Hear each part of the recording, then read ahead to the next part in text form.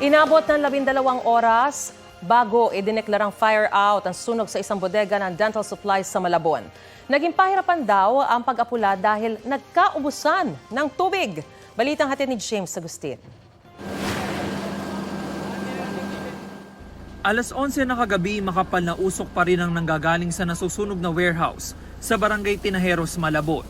Ang mga bombero gumamit ng mga hagdan para maabot ang ikalawang palapag. Binasag ang mga salamin sa bintana para doon makapagbuga ng tubig. Mag-alas 5 pa ng hapon nagsimula ang sunog at idineklarang under control bago mag-alas 9 ng gabi. Umabot ito sa ikalawang alarma. 8 fire truck ng BFP ang rumisponde. Dagdag ang mahigit 50 fire truck ng volunteers. Ayon sa BFP, laman ng warehouse ang iba't ibang supplies na ginagamit sa dental services, kabilang ang dental chairs.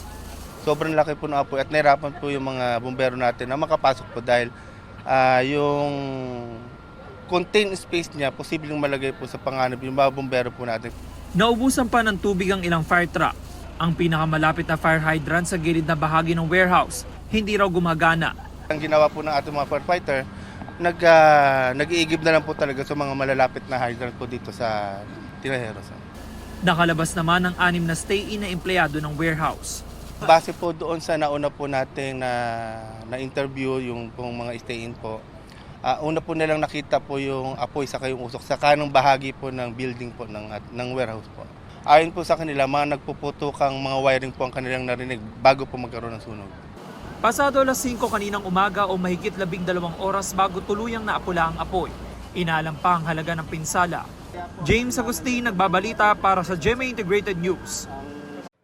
Mga kapuso, para sa mga maiinit na balita, mag-subscribe sa GMA Integrated News sa YouTube. Sa mga kapuso abroad, subaybayan niyo po kami sa GMA Pinoy TV at sa www.gmanews.tv.